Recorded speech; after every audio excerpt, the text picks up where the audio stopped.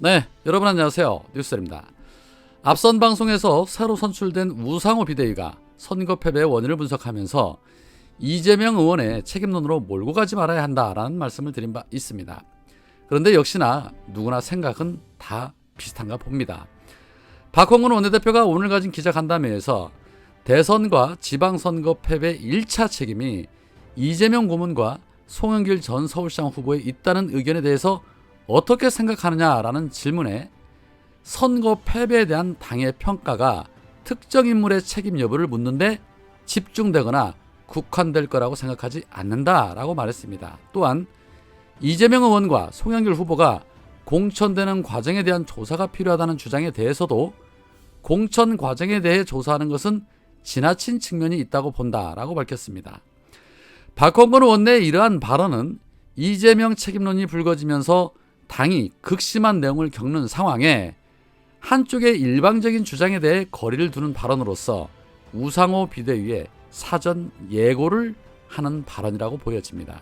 쉽게 말해 우상호 비대위에게 이재명 책임론으로 몰고 가면 안 된다라는 입장을 밝힌 것입니다. 또한 당내에서 권리당원 투표 비중 확대 등 전당대회 룰 개정 주장이 나오는 것에 대해서는 전당대회를 준비하는 과정에 룰에 대한 보완 주장이 늘 나오기 마련이다. 민주정당에서 당연히 있을 수 있는 주장이다. 충분히 열어두고 검토해야 한다. 이 문제를 특정 주자의 유불리 문제로 접근하면 오히려 갈등이나 혼란을 부추길 소지가 있다. 이런 부분까지 고려해 향후 전대준비 과정에서 충분히 논의를 해야 한다라고 말했습니다. 자, 이 부분에 대해서도 각자 주장하는 바가 다르기 때문에 충분한 논의가 있어야 하는 것은 맞겠지만 재빠른 결론도 중요합니다. 자, 그러면서 새 비대위를 중심으로 민주당은 국민의 신뢰를 회복할 수 있도록 분골쇄신에 노력을 다하겠다. 국민의 회초리와 질책 무엇이든 감사하고 달게 받겠다. 지켜봐 달라라고 당부를 했습니다. 우상호 비대위가 어떤 혁신안을 내놓고 어떻게 분골쇄신하는지 지켜볼 것입니다. 그런데 문득 그러한 생각이 듭니다. 사람이 그대로인데 뭘로 분골쇄신할 수 있을까요? 당내 수박 의원들이 바글바글한 상태에서 어떤 분골쇄신을 하겠다는 것인지 어떠한 결론을 도출해내는지 지켜보겠습니다. 자, 한편 김진애 전 의원이 김건희 영부인실부터 만들어서 제도권 안에서 공공적으로 투명하게 관리되어야라는 제하의 입장문을 내고 이런 말을 했습니다.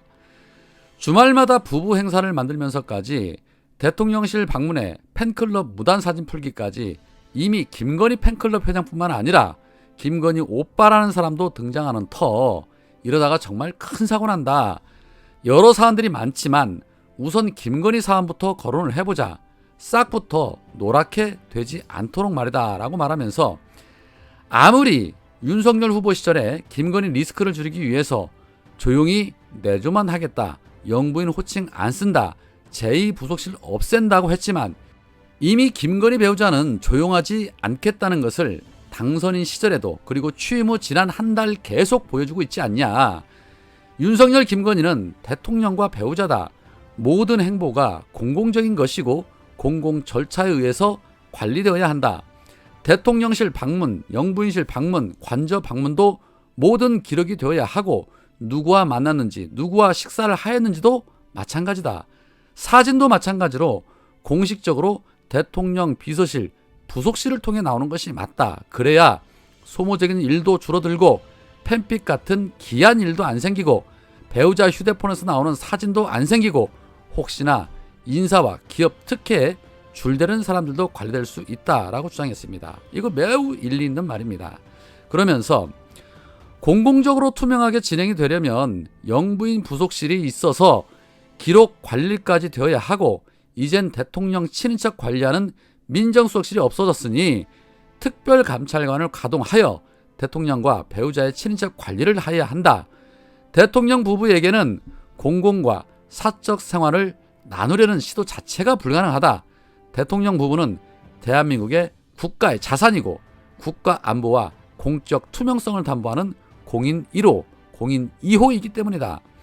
대통령 부부의 공적 지위에 합당한 관리 체계를 갖춤으로써 대한민국의 국격도 유지되고 사회 투명성도 유지되기를 기대할 수 있다. 공연히 야금야금 사적 생활을 가능하게 하면서 기록은 피하고 공적 지위는 없다고 하면서 특혜와 변칙을 누리려는 것은 대한민국에 큰 리스크가 된다.